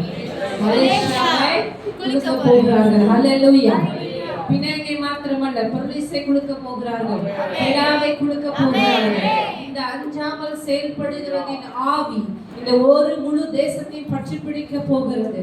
ஹல்லேலூயா. ஏனென்றால் பிணை தேசத்தில் இருக்கிற இதோ இந்த சபையில கூடி வந்திருக்கிற நீங்கள் தேவ சத்தத்தை கேட்கிற ஜனம். ஹல்லேலூயா. தேவ சத்தத்தை கேட்கிற ஜனம் அஞ்சாமல் செயல்படும். ஆமென். அஞ்சாமல் செயல்படும். ஆமென். நீதிமொழிகளை வாசிக்கும் போது கர்த்தர் பரிசுத்தவான்களை சிங்கத்திற்கு ஒப்பிடுகிறார். எத்தனை பேர் சிங்கத்தை குறித்து வாசித்திருக்கிறீர்கள்? சிங்கத்தினுடைய கதாபாத்திரத்தை குறித்து வாசித்திருக்கிறீர்கள். ஆண் சிங்கம், பெண் சிங்கம் என்று. ஆண் சிங்கம் 20 மணி நேரம் தூங்கும், 4 மணி நேரம் வேட்டையாடும். பெண் சிங்கம் 4 மணி நேரம் தூங்கும், 20 மணி நேரம் வேட்டையாடும். அப்ப யார் ரொம்ப வேலை செய்யறா? ஒரு பிரச்சனை என்று வரும்போது காட்டுல ஒரு வேட்டைக்காரனோ இல்ல காடு தீப்பற்றி எரிகிறதோ ஏதோ ஒரு பிரச்சனை என்று வரும்போது முதல்ல நிற்பது யார்? ஆண் சிங்கம். இந்த ஆண் சிங்கத்தை குறித்து நீங்கள் படிக்கும் போது அவ்வளவு ஒரு சுவாரஸ்யமா இருக்கும். ஏன்னா அது நின்றதுதானா, பின்னாடி ஒரு அடி கூட கால் பின்னடையாகாதான். வசனம் அப்படிதான் சொல்லுது. தன்னுடைய காலை பின்னடையாக்காத சிங்கம் அப்படின்னா வேட்டைக்காரனோ நெருப்பு பற்றி எரிகிறதோ ஏதோ ஒன்று அது பின்னாடி போனதே இல்லையா, முன்னுக்குதான். அப்படியாக சிங்கத்தின் கதாபாத்திரத்தை குறித்து கர்த்தர் ஆவியிலே உள்ள பரிசுத்தவான்களுக்கு நம்மை ஒப்பிடுகிறார். ஆமென். இப்படியாக யோசுவா என்ன செய்தார்? வாசியுங்கள். யோசுவா 8வது அதிகாரம் வசனம் 1. அப்பொழுது கர்த்தர் யோசுவாவை நோக்கி, நீ பயப்படாமலும் கலங்காமலும் இரு. நீ யுத்த ஜனங்கள் யாவரையும் கூட்டிக் கொண்டு எழுந்து ஆயின் பட்டணத்தின் மேல் போ. இதோ ஆயின் ராஜாவையும் அவன் ஜனத்தையும் அவன் பட்டணத்தையும் அவன் நாட்டையும் உன் கையிலே ஒப்பு கொடுத்தேன். ஆமென். ஆமென். ஹல்லேலூயா. ஹல்லேலூயா. முதலாவதாக தோற்றது எந்த பட்டணம்? ஆயி. யாரா பிள்ளைக்கு பேர் வச்சிருக்காங்க ஆயி. முதலாவதாக தோற்ற பட்டணம் எது? ஆயி. இப்பொழுது இரண்டாவதாக ஆண்டவர் சொல்லுகிறார், நீ என்ன பண்ணு ஜோசுவா, திரும்ப எந்த பட்டணத்துக்கு போ? நீங்க தோற்று வந்தீங்களே அப்படின்னு ஆண்டவர் சொல்லுங்க. நான் தான் சொல்லிருக்கேன், நீங்க தோற்று வந்தீங்களே அந்த பட்டணத்துக்கு திரும்ப போங்க. ஆனா ஆண்டவர் கண்ணியம் உள்ளவர். ஆமென். அவர் சொல்லுகிறார், திரும்ப போங்க, இப்போ நீங்க அதை மேற்கொள்வீர்கள். ஆமென். இப்போ ஜோசுவா என்ன சொல்லியிருக்கணும்? போடாண்டதே நானே என்னை விட்டுருங்க. மோசே உயிரோடு இருந்திருந்தாலும் பரவாயில்ல, பெருத்த அவமானத்தில் இருக்கிறாங்க. தலை நிமிர முடியல. தேசம் பூரா எங்க பேச்சு. யார் பேச்சு? எங்க இருந்து ஓடினாங்களாமே, அவர்கள் கூட திரும்பி ஓடி இருக்கிறார்களாமே அப்படின்னு எகிப்திலிருந்து கானான் வரையிலும் எங்களுடைய, நானே சொல்றேன், சாரி பைபிள் இல்லை, நானே சொல்றேன், இப்படி பேசி கொண்டிருக்கிற மத்தியில நீங்க திரும்ப போ சொல்றீங்க. இப்பொழுது நடக்குமா நடக்காதா, வாய்க்குமா வாய்க்காதா, இப்படி நான் எத்தனையோ தடவை யோசிச்சிருக்கேன். ஆனா யோசுவா என்ன செய்தார்? யோசுவாவுடைய பலனை பாருங்க, அவருடைய பலத்தை பாருங்க. திரும்ப ஒரு வார்த்தை கூட பேசல, ஆண்டவர் இடத்துல முறையிடல, கேட்கல, அஞ்சாமல் செயல்பட்டார். தன்னுடைய யுத்த ஜனங்களை கூட்டிக் கொண்டு அவர் போய் முழு தேசத்தையும் கைப்பற்றினார். ஆமென். அந்த ஆயி பட்டணம், ராஜா, ஜனம் என்று எல்லாவற்றையுமே, அந்த நாட்டையுமே கைப்பற்றினார். ஆமென். இப்படியாக தேவனுடைய சத்தத்தை கேட்கிற ஒரு மனுஷன் அஞ்சாமல் செயல்படுகிறவன். ஹல்லேலூயா. அந்த ஆயி பட்டணத்தோடு கூட சண்டையிடும் போது ஒரு வசனம் என்னை ரொம்ப கவர்ந்தது. என்னவென்றால், யோசுவா தன் கையில் இருக்கிற ஈட்டியை இப்படி நீட்டி பிடித்து கொண்டிருந்தவர் அந்த முழு ஜனங்களும் சங்கரிக்கப்படும் வரையில கையை மடக்கவே இல்லையா, கையை மடக்கவே. எப்படிப்பட்ட ஒரு யுத்த புருஷனா இருக்கக்கூடும் யோசிங்க. எப்படிப்பட்ட ஒரு யுத்த புருஷன், கையை மடக்கவே இல்லையா. வசனம் சொல்லுங்க, நான் இப்ப கதை சொல்ல உண்மையை சொல்றேன். ஈட்டி பிடிச்சிருந்தவர் அப்படின்னா சண்டையிட்டு கொண்டே இருந்தார். கடைசி வரையிலும், அதை மேற்கொள்ளுகிற வரையிலும் அஞ்சாமல் செயல்பட்டு கொண்டே இருந்தார். ஆமென். இன்னைக்கு தேவனுடைய வார்த்தையை கேட்டுக்கொண்டிருக்கிற நமக்கு பயம் இருக்கிறது, இருக்கா இல்லையா? ஏதாவது ஒரு காரியத்தை ஆண்டவர் செய் என்று சொன்னால் அஞ்சாமல் செயல்பட்டு கொண்டிருக்கிறோமா? பயப்படுறோம். ஏன்? வேத வல்லுநர்கள் சொல்லுகிறார்கள், பயம் என்ற ஒன்று வரும்போது தேவ சத்தம் கேட்கிறது குறைந்து குறைந்து குறைந்து விட்டதாம். என்றைக்காவது ஒரு நாள் உங்க குடும்பத்தை விட்டு நீங்க உங்களை தனிமைப்படுத்தி இருக்கிறீர்களா? நான் ஆண்டவர் சத்தம் கேட்கணும், நான் பைபிள் வாசிக்கணும், நான் ஜெபிக்கணும், நான் ஆவியில கொஞ்சமா நிரம்பணும், அதனால இந்த சூழ்நிலைகள் மத்தியில என்னை நான் கொஞ்சமாய் ஒதுக்கி கொள்ளுகிறேன் என்று சொல்லி உங்கள் குடும்பத்தின் மத்தியில நீங்கள் தனியாய் போனது உண்டா? போய் ஆண்டவரை தேடிட்டீங்களா? ஆண்டவர் சத்தம் கேட்டுச்சா? ஹல்லேலூயா. நீங்க தனிமையாய் தேட போகும் முன்பதாகவே கர்த்தருக்கு தெரியும் நீங்கள் அவரை தான் தேட போகிறீர்கள். ஆமென். ஆமென். பவுல் அடியார் புதிய ஏற்பாட்டில் அநேக புஸ்தகங்களை, நிருபங்களை எழுதினவர் தன்னை தானே 3 வருடங்கள் தனிமைப்படுத்தி கொண்டாராம். தன்னை தானே 3 வருடங்கள் தனிமைப்படுத்தி கொண்டாராம். எதற்காக? ஆண்டவருடைய சத்தத்தை தெளிவாய் கேட்கும்படிக்கு அவர் தன்னை தானே தனிமைப்படுத்தி கொண்டார் என்று சரித்திர புஸ்தகத்திலே நாம் வாசிக்கலாம். அப்படி அவர் தனிமையில இருந்ததனால்தான் அநேக நிருபங்களை புதிய ஏற்பாட்டிலே எழுதி நம் கைகளிலே கொடுத்திருக்கிறார். ஆமென். கர்த்தரோடு கூட தனிமையில் இருக்கும்போது தேவ சத்தம் பலமாய் கேட்கும். ஹல்லேலூயா. மனுஷன் நம் மீது கொண்டு வந்த சகல நுகத்தடிகளையும் முறிக்க அதிகாரம் பெறுவது எப்படி? தேவ சத்தத்தை கேட்கும் போதுதான். ஆமென். கர்த்தர் ஏசாயா புஸ்தகத்துல சொல்லுகிறார், சகல நுகத்தடிகளையும் முறிக்கிற அதிகாரம் நமக்கு உண்டாம். நம்புறீங்களா? நம்புறீங்களா? பிசாசானுடைய ஒவ்வொரு சதி திட்டத்திற்கும் விடை வேதத்தில் இருக்கிறதா? நம்புறீங்களா? ஹல்லேலூயா. சகல நுகத்தடிகளை முறிக்கிற அதிகாரத்தை பெற்றவர்கள் நாம். ஆமென். ஆமென். நாம் நெருக்கப்பட்டவர்களாக, நொறுக்கப்பட்டவர்களாக, சிறுபான்மையினராக இருக்கலாம். ஆனால் வேதம் நம்மை எப்படி அடையாளப்படுத்துகிறது? சகல நுகத்தடிகளை முறிக்கிறவர்கள். ஹல்லேலூயா. ஒரு ஜனத்தினுடைய நுகத்தடியை முறித்து அவர்களை விடுதலையாக்குவது தேவனுடைய கண்களிலே மிகவும் பிரதானமான உபவாசம். ஆமென். இதை செய்தால் தான் நம்ம உபவாசம் பண்றதாக காணப்படுகிறோம். ஹல்லேலூயா. இன்றைக்கு எத்தனை பேர் இந்த சகல நுகத்தடிகளையும் ஜனங்களை விடுவிப்பேன் ஆண்டவரே, என்னுடைய அபிஷேகத்தினாலே நுகங்களை முறிப்பதற்காக நான் என்னை ஆயத்தப்படுத்துகிறேன் என்று ஒப்புக் கொடுக்கிறீர்கள். நீங்கள் ஒப்புக் கொடுக்கும் போது அஞ்சாமல் செயல்படுவீர்கள். ஆமென். ஹல்லேலூயா. ஹல்லேலூயா. இப்பொழுது இவ்வளவு கேட்ட உங்களுக்கும் எனக்கும் ஒரு கேள்வி இருக்கிறது. தேவ சத்தத்தை, அந்த அனுபவத்தை எப்படி பெறுவது? கேட்டிருக்கீங்களா? சில பேர் நம்மள்ட்ட சொல்லுவாங்க, ஆண்டவர் என்ன பேசினாரு, நான் சோறு ஆக்கிக்க இருக்கும் போது பேசினாரு, அப்புறம் மீன் பொரிக்கவா கோழி பொரிக்கவான்னு கேட்டா மீன் பொரிக்க சொன்னாரு. கேட்டிருக்கீங்களா? இப்படி உங்கள்கிட்ட பேசி கேட்டிருக்கீங்களா? அப்ப நீங்க வீட்டுல வந்து கண்டிப்பா யோசிப்பீங்க, எப்படி ஆண்டவர் பேசினார். யோசிச்சிருக்கீங்களா? யாரும் இந்த மாதிரி உங்கள்கிட்ட சொன்னது இல்லையா? நான் யோசிச்சிருக்கேன். எப்படி ஆண்டவர் பேசுவார், நான் எப்படி அவருடைய குரலை கேட்க கூடும். இதற்கு ஒரு 4 காரியங்களை நான் மிக வேகமாய் சொல்லி முடிக்க விரும்புகிறேன். யோசுவா செய்த காரியம் என்ன? எப்படி யோசுவாவுக்கு தேவனுடைய சத்தம் உண்டானது? முதலாவது, தேவ சமூகத்தை விரும்புங்கள். ஆமென்.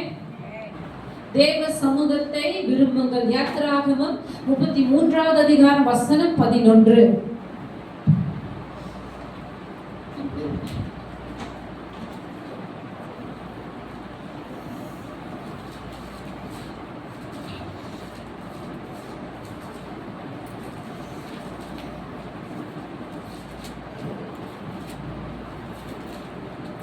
ஒருவன் தன் சிநேகிதனோடே பேசுவது போல கர்த்தர் மோசேயோடு முகமுகமாய் பேசினார். பின்பு அவன் பாளையத்துக்கு திரும்பினான். நூனின் குமாரனாகிய யோசுவா எனும் அவனுடைய பணிவிடைக்காரனாகிய வாலிபன் ஆசாரிப்பு கூடாரத்தை விட்டு பிரியாதிருந்தான். ஆமென். ஆமென். யோசுவா செய்த முதல் காரியம், தேவ சமூகத்தை அவன் விரும்பினான். ஆமென். இப்போ மோசேவும் யோசுவாவும் ஆசாரிப்பு கூடாரத்தில் இருக்கிறாங்க. மோசேயை பார்த்து கர்த்தர் முகமுகமாய் பேசுகிறார். பேசி முடிந்த பிற்பாடு மோசே ஆசாரிப்பு கூடாரத்தை விட்டு வெளியேறி பாளையத்திற்கு போய்விட்டார். ஜனங்களை பார்க்கணும், விசாரிக்கணும், 70 தலைவர்களை விசாரிக்கணும் என்று அநேக அலுவல்கள் நிமித்தமாக அவர் போயிருக்க வாய்ப்புண்டு. ஆனால் வாலிபன் ஆகிய ஜோஷுவா தேவ சமூகத்தை விட்டு பிரியாதிருந்தான். ஆமென். இப்படி பிரியாதிருந்தவனை பார்த்து கர்த்தர் எப்படி பேசாமல் இருந்திருப்பார்? சொல்லுங்க பார்க்கலாம். சொல்லுங்க. அந்த வாலிபர்கள் எத்தனை பேர் இருந்தாங்க? 6 லட்சம். ஜோஷுவா அவங்களோட கூட மீன் பிடிக்க போயிருந்திருக்கலாம். சாயங்கால வேளையில ஒரு கார்டன் இருக்காமே, அந்த மாதிரி கார்டனை சுற்றி பார்க்க போயிருந்திருக்கலாம். ஏதோ ஒண்ணு செய்திருக்கலாம். ஆனா ஜோஷுவா என்ன செய்தார்? எங்கே இருந்தார்? தேவ சமூகத்துல பிரியாதிருந்தார். இன்றைய நாட்களிலே வாலிபர்களை தேவ சமூகத்துக்கு கொண்டு வருவது முயல் கொம்பு. ஒரு நடக்காத ஒரு காரியம்ல ஆண்டவர் மனது வைத்தாதான் அது நடக்கும். ஆமென். வாலிபர்களை இங்க கொண்டு வந்து நிறுத்துவது அவ்வளவு பெரிய அரிதான ஒரு காரியம். ஆனா இந்த ஜோஷுவாவுக்கு அவ்வளவு ஒரு சந்தோஷம் தேவ சமூகத்துல இருக்கணும் என்று. கண்டிப்பா ஜோஷுவா பார்த்து நிறைய பேர் நகைத்திருப்பார்கள். என்னவென்றால், ஏன் ஜோஷுவா போய் உனக்கு 70 வயசுக்கு 80 வயசு கிழவன் தான் கூட்டாளியா? உனக்கு வயசு என்னப்போ 25. நீ 80 வயசு தாத்தாவோட என்ன செய்து கொண்டு இருக்கிறாய்? கண்டிப்பா கேட்டிருப்பாங்களா இல்லையா? வாலிபர்கள் பேசியிருப்பாங்க. ஏன் ஜோஷுவா எப்பவுமே உன்னை வீட்டுல பார்க்க முடியல, சேர்ச்சுன்னு இருக்கு. சர்ச் அப்படி என்னதான் இருக்கு ஜோஷுவா? கேட்டிருப்பாங்களா இல்லையா? கேட்டிருப்பாங்க. ஆனா ஜோஷுவா தேவனுடைய சமூகத்தை விட்டு பிரியாதிருந்தார். இந்த மாதிரி ஆவியிலே பலனுள்ளவர்கள் தேவனுடைய சமூகத்தை விரும்புவார்கள். ஆமென். ஆமென். இது கர்த்தருடைய ஆலயம், இது தேவனுடைய சமூகம், கர்த்தர் அசைவாடுகிற இடம், தேவன் விரும்பி வந்து தங்குகிற ஸ்தலம் என்று சொல்லி நம்முடைய ஆவியிலே பலனுள்ளவர்கள் தேவ சமூகத்தை விரும்புவார்கள். ஆமென். அடுத்ததாக, தேவ மனிதனின் சத்தம் கேளுங்கள். 2வது காரியம். முதலாவது, தேவ சமூகத்தை விரும்புங்கள். 2வது, தேவ மனிதனின் சத்தம் கேளுங்கள். யாத்ராகமம் 17வது அதிகாரம் வசனம் 9.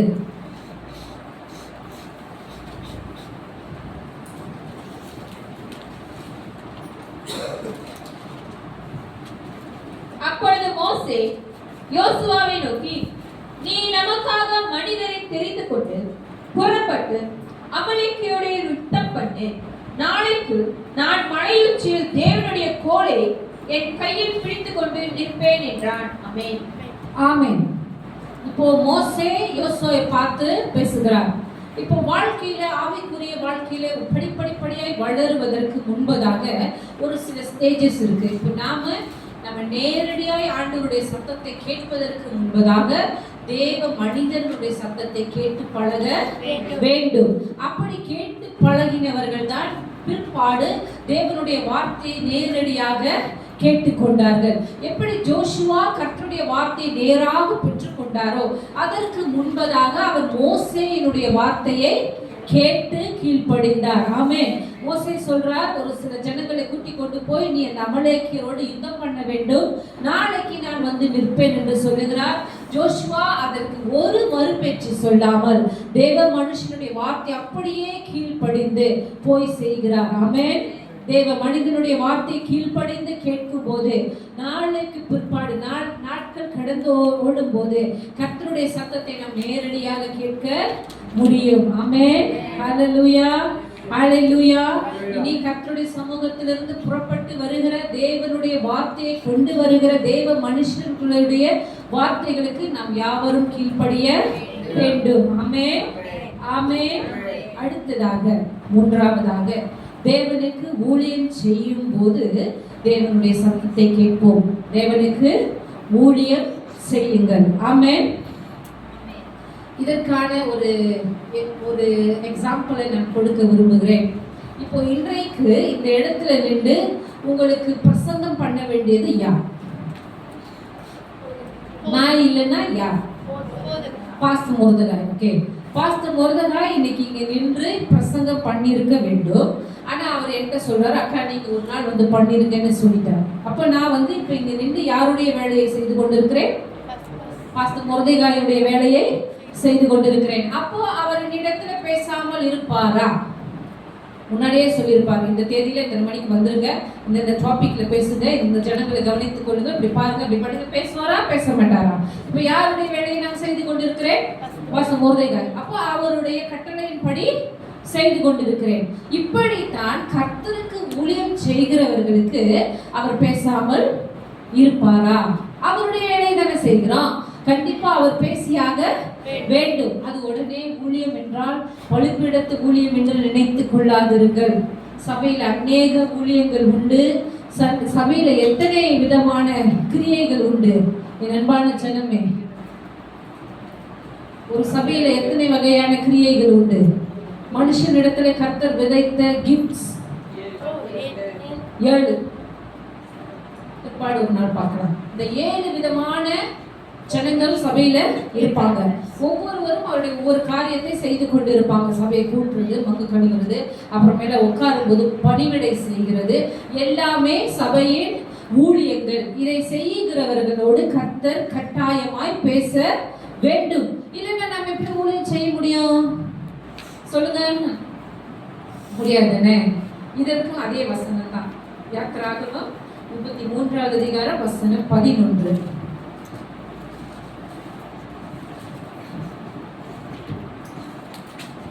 ஒருவன் தன் சிநேகிதனோட பேசுவது போல கர்த்தர் மோசேயோட முகமுகமாய் பேசினார். பின்பு அவன் பாளையத்துக்கு திரும்பி போனான்.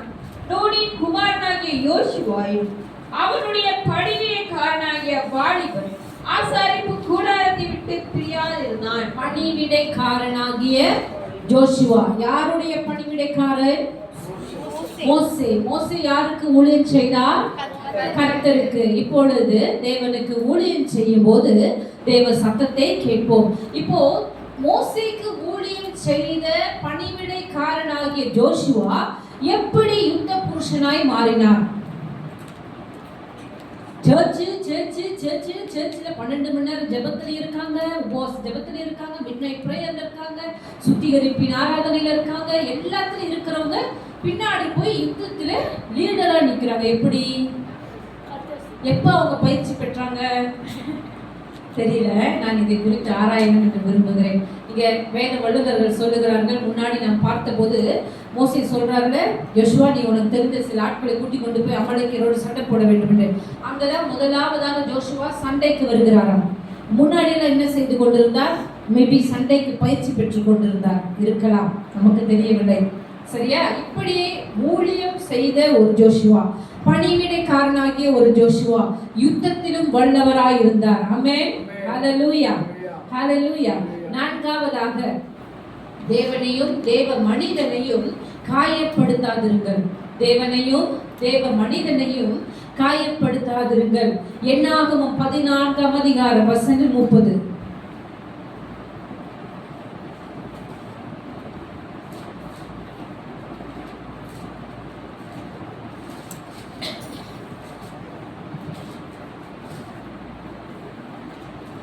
எப்புன்னோயின் குமாரன் காலேபும் நூனின் குமாரன் யோசுவாவும் தவிர மற்றவர்களாகிய நீங்கள் நான் உங்களை குடியேற்றுவேன் என்று ஆணையிட்டு கொடுத்த தேசத்தில் பிரவேசிப்பதில்லை. ஆமென், ஆமென். இங்கே மோசே என்ன செய்கிறார்? 12 கோத்திரத்திலிருந்தும் 12 பேரை தெரிந்து கொண்டு கானான் தேசத்திற்கு வேவு பார்க்கும்படி அனுப்புகிறார். அதிலே போன ஒருத்தர் தான் ஜோஷுவா. இப்போ திரும்பி வருகிறாங்க. அதுல நல்ல ரிப்போர்ட்ஸ் அவங்க கொண்டு வரல. அந்த நிலத்தை பார்த்தா முடியாது, அந்த ஜனங்களை பார்த்தா முடியாது, நாம அவங்க கண்களுக்கு வெட்டுக்கிளியாகவும் எங்க கண்களுக்கும் வெட்டுக்கிளியா இருக்கிறோம், அவங்க கண்களுக்கும் நாங்க வெட்டுக்கிளியாவே இருக்கிறோம்னு சொல்லி எதையோ சொல்லி துர்ச்செய்திகளை கொண்டு வந்தார்கள். அப்போ இந்த ஜனங்கள் மீது கர்த்தருடைய கோபம் மூண்டது. அப்போ இந்த அதிகாரத்தை நம்ம வாசிக்கும் போது காலேப் ஒரு இடத்துல சொல்றாரு. எப்படி சொல்றாருன்னா, ஏன் இப்படிலாம் சொல்றீங்க, இந்த மாதிரி சொல்லாதீங்க, இந்த தேசத்தை நம்மளால கைப்பற்ற முடியும், கர்த்தர் நமக்கு உதவி செய்வார், கர்த்தர் நம்ம மீது பிரியமா இருந்தால் இந்த தேசத்தை நாம் கைப்பற்ற கூடும் என்று காலேப் ஒரு இடத்துல சொல்லுகிறார். ஆனால் இந்த போன 12 பேர்ல 10 பேர் தவறான ரிப்போர்ட்ஸ் கொண்டு வந்தாங்க என்று அநேக இடங்கள்ல வாசிச்சிருக்கோம். சரிங்களா? எத்தனை பேர் சொல்றீங்க சரிங்க? 10 பேர், 10 வேவுக்காரர்கள் தவறான வார்த்தைகளை கொண்டு வந்தார்கள் என்று அநேக பிரசங்கங்களிலே கேட்டிருக்கோம். ஆனா 10 பேர் என்று எழுதப்படவில்லை. அப்ப நான் அந்த ஆதாரத்தை தேடிக்கொண்டிருந்தேன். எங்க சொல்லியிருக்கு வசனத்துல 10 பேரு? ஏன் 10 பேர்னு சொன்னாங்க? காலேப் ஒரு இடத்துல எழும்பி நின்று சொல்லுகிறார், தேசத்தை கைப்பற்றுவோம், 11வது ஆளு. யோசுவா பத்தி பேசப்படவே இல்லை. அப்போ எங்க 10 பேர் என்று சொன்னார்கள் என்று நான் தேடும்போது இந்த வசனத்தை ஆண்டவர் எனக்கு காண்பித்தார். என்னாகும் 14:30 அது வரையிலும் யோசுவாவுடைய பெயர் சொல்லப்படவில்லை. இந்த 30வது வசனத்துல கர்த்தரே சொல்லுகிறார், எப்புன்னேயின் குமாரன் காலேபும் நூனின் குமாரன் யோசுவா. அப்படின்னா ஆண்டவரே பிரித்தெடுத்து விட்டார். 12 பேர்ல 2 பேர் மாத்திரம்தான் நற்செய்தியை கொண்டு வந்தார்கள். மீதி 10 பேர் துர்ச்செய்தியை கொண்டு வந்தார்கள். ஹல்லேலூயா. நீங்க முன்னாடி எல்லாம் நல்லா வாசிக்கும் போது யோசுவா வாய் திறக்கவே இல்லை. யோசுவா எதையுமே பேசவே இல்லை. இந்த 2 பேரை மாத்திரமே கர்த்தர் கானானுக்குள்ள கொண்டு போனார். 2 பேர் மட்டும் தான் போனாங்களா? இன்னும் விளங்குச்சு, சரியா விளங்கல. சரி விட்டுறலாம். இப்போ யோசுவா என்ன செய்தார் என்றால், தேவனையும் தேவ மனிதனையும் அவர் காயப்படுத்தாதிருந்தார். இந்த 10 பேர் தேவனையும் தேவ மனிதனையும் அதிகமாய் காயப்படுத்தினார்கள். தேவனுடைய கோபம் உண்டது. அவர்கள் அன்றைக்கு மரித்து போனார்கள் என்று நாம் வாசிக்கிறோம். ஆனால் யோசுவா தேவனையும் தேவ மனிதனையும் ஒரு இடத்தில் கூட மோசையோடு அவர் மோசையை காயப்படுத்தினதாக நாம் வாசிக்க முடியாது. இப்படியாக ஒரு தேவ மனுஷனாய் இருந்தவர் ஜோஷுவா. ஆமென். அநேக இடங்களிலே அவர் தேவனுடைய சத்தத்தை கேட்கிற ஒரு மனுஷனாக இருந்தார். ஹல்லேலூயா. தேவனுடைய சத்தத்தை கேட்கிறது மாத்திரமல்ல, அதற்கு கீழ்ப்படிந்தவராகவும் ஜோஷுவா காணப்பட்டார். அவர் தேவ சமூகத்தை விரும்பினார். அவர் தேவ மனிதனின் சத்தத்திற்கு கீழ்ப்படிந்து அதை கேட்டார். 3வது தேவனுக்கு அவர் ஊழியம் செய்தார். 4வது தேவனையும் தேவ மனிதனையும் அவர் காயப்படுத்தாதிருந்தார். இப்படி 4 காரியங்களை நம்முடைய வாழ்க்கையில நம்ம அபியாசப்படுத்தும் போது ஜோஷுவா கேட்ட அதே தேவ சத்தம் நம் காதுகளிலே தொனிக்கும். ஹல்லேலூயா. நம் காதுகளிலே தொனிக்கும். துல்லியமாக கர்த்தர் பேசுகிறதை உணர்வீர்கள். இதோ யோபுவுல எழுதப்பட்டது போல வழியருகே நீங்கள் நடந்து போகும்போது நீங்க திரும்ப வேண்டிய பாதை வலது புறமா இடது புறமா என்று உங்களை பார்த்து சொல்லுகிற ஒரு மெல்லிய சத்தம் உங்கள் காதுகளுக்கு பின்னாலே கேட்கும் என்று யோபு எழுதியிருக்கிறார். அதன் பிரகாரமாய் கர்த்தர் பேசுகிற சத்தம், அவருடைய சத்தத்தின் குரல் பகிரங்கமாய் உங்கள் காதுகளிலே தொனிக்க போகிறது. ஹல்லேலூயா. எனக்கு பிரியமான தேவ ஜனமே, நீங்களும் நானும் சுமந்து கொண்டிருக்கிறது சின்ன தரிசனம் கிடையாது. ஆமென். நாம் சுமந்து கொண்டிருக்கிறது பெரிய தரிசனம். இந்த தரிசனத்துல ஓடுவதற்கு நாம் தேவனுடைய சத்தத்தை கேட்கிறவர்களாக இருக்க வேண்டும். ஆமென். இல்லை என்றால் யாரை எந்த நேரத்தில் விழுங்கலாம் என்று கர்ஜிக்கிற சிங்கத்தை போல இருக்கிற சத்துருவுக்கு நாம் இரையாகி விடக்கூடும். அப்படி நாம் ஆகக்கூடாது. தேவ சத்தம் கேட்கிற மனுஷன் ஜெயிக்கிறவனாக காணப்பட்டான். தேவ சத்தத்தை கேட்ட முற்பிதாக்கள் ஜெயித்து கொண்டு வந்தார்கள். அநேகரை தேவனுடைய பக்கமாய் திருப்பினார்கள். ஆயிரங்களை தேவனுடைய பக்கமாய் திருப்பினார்கள். இதோ கிராமங்களிலும் தெருக்களிலும் தேவனுடைய சத்தத்தை, கர்த்தருடைய நாமத்தை கூப்பிடுகிற சத்தத்தை தொனிக்க செய்தவர்கள் அவர்கள். ஹல்லேலூயா. இதோ உலகத்தை கலக்குகிறவர்கள் இங்கேயும் வந்திருக்கிறார்கள் என்ற சொல்லின்படி நம் முற்பிதாக்கள் செய்த எழுப்புதல் ஆச்சரியத்துக்குரியது. ஆமென். ஏனென்றால் அவர்கள் தேவனுடைய சத்தத்தை அப்படியே கேட்டு செயல்படுத்தினவர்கள். இன்றைக்கு தேவனுடைய சத்தத்தை கேட்கிற தேவ பிள்ளையாக நீ இருக்குமானால் உன்னை ஏமாற்ற ஒருவனாலும் கூடாது. உன்னை ஏமாற்ற வழிமறைக்க ஒருவனாலும் கூடாது. இதோ தொலைவிலிருந்து பதிவிருக்கிற சிங்கத்தையும் தொலைவிலிருந்து பதிவிருக்கிற சாத்தானின் ஆவிகளையும் நீ அறிந்து கொள்ளுவாய். நீ அறிந்து கொள்ளுவாய், நீ தெரிந்து கொள்ளுவாய். உனக்கென்று வைக்கப்பட்ட கண்ணியிலிருந்து நீ தப்பித்துக் கொள்ளுவாய். கர்த்தர் தப்புவிப்பார் உன்னை. ஆமென். ஹல்லேலூயா. இன்னைக்கு அன்பான தேவ ஜனமே, நாம் எழுந்து நின்று கர்த்தருக்கு என்று ஒப்பு கொடுக்க போகிறோம். தேவனுக்கு நேராக ஒப்பு கொடுக்க போகிறோம். இதோ இந்த நாளிலே வந்திருக்கிற நான் என்னுடைய இருதயத்திலே தேவனுடைய சத்தம் தொனிக்க வேண்டும். கர்த்தாவே, இதோ நான் வந்திருக்கிற நான் தேவனுடைய வார்த்தையை பெற்றுக் கொண்டிருக்க, தேவனுடைய சத்தத்தை கேட்கிற ஒரு மனுஷனாக, ஒரு மனுஷியாக என்னை ஒப்பு கொடுக்கிறேன். அப்பா, என்னுடைய தகப்பனே, அப்பா என்று உம்மை நோக்கி கூப்பிடுகிறேன்.